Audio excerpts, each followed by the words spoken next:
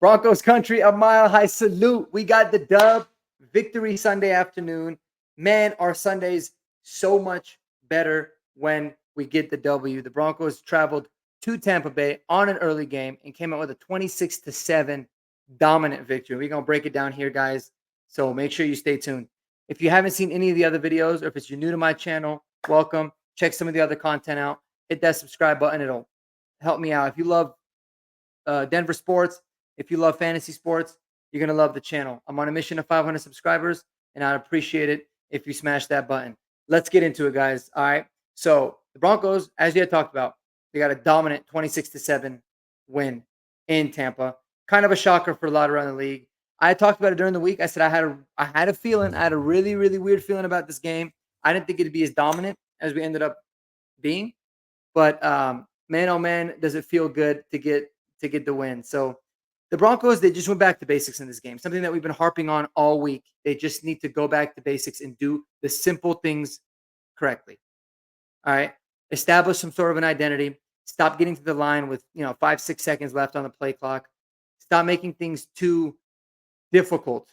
Go out there and make football easy on you. And that's exactly what it is they did. So I thought they would come out with an identity of we're going to run the ball and build off that.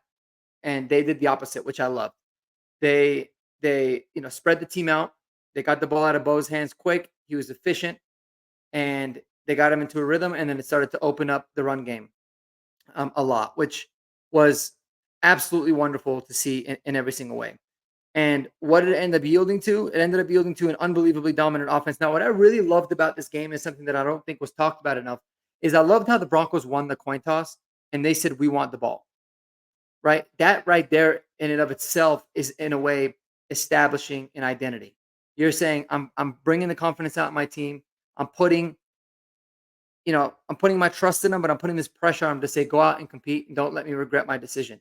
And what did they do for the first time? And I don't even know how long. Broncos go down, score a touchdown on their opening drive on a beautiful play, and we were able to rack up 136 yards on the ground, averaging 4.9 a carry. For the longest time, Bo Nix was the leading rusher again, which is the problem. But we had found somebody in Tyler Beatty. Now, the guy on the screen kept calling him Tyler Bidet. And then I guess we found out that it's pronounced Tyler Bidet. But I don't care. On this channel, until I'm 100% certain it's Tyler Bidet, I'm calling him Tyler Beatty. But the dude broke off a 43-yard run at the end of the game to really seal it. The run game looked much better. I was surprised, right? Because 36 passing attempts, 28 rushing attempts. Somebody told me that before the game, I would have said we would have lost again. But I loved how we did it. We made it simple. Bo Nix completes 69% of his passes, 216 yards. He doesn't turn the ball over. He didn't even take any sacks. The O-line was great. And we just made everything simple. This looked a lot more resemblant of the offense that we saw in the preseason, right? Just quick decision, couple reads, ball out. Bo was able to extend a lot with his plays. And then a special shout out to the defense because my goodness, guys, they only allowed 7 points. They had 7 sacks. 91 yards. They had a 5.7 average on the ground. Bucky Irving broke some out, but just stifled the team. They were flying around.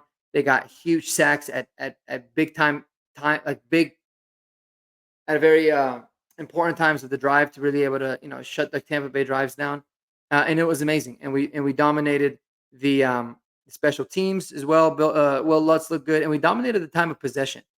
And it was just so refreshing to see because this team came out. They looked confident. They looked prepared.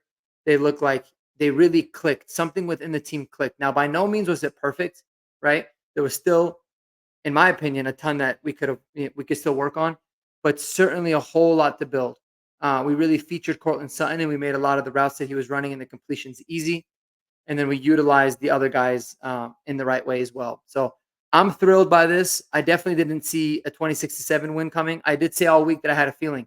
But the most important thing, aside from getting the win, or even more, probably more so important than getting the win, was being able to get Bo confident and get this offense into some sort of a groove and get a lot of these players developing, right? And that started with 2 guys today specifically.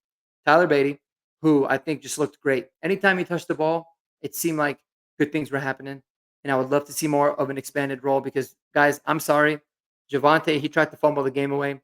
He just don't got it anymore. I've been saying it the whole offseason, but now I'm more convinced more than ever. He just doesn't got it.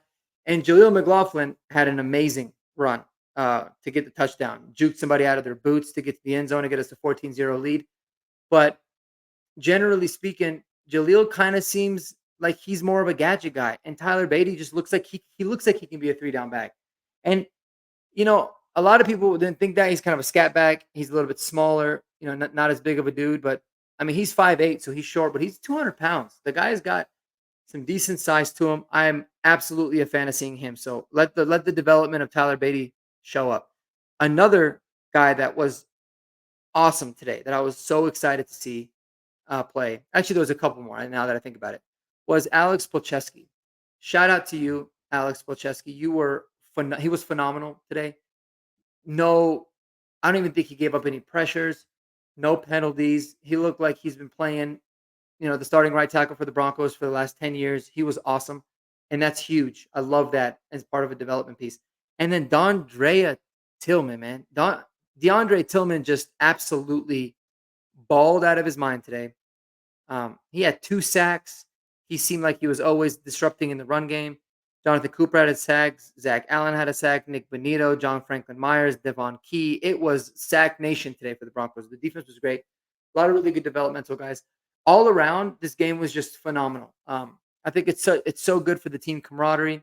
It's so good for the confidence of Bo Nix.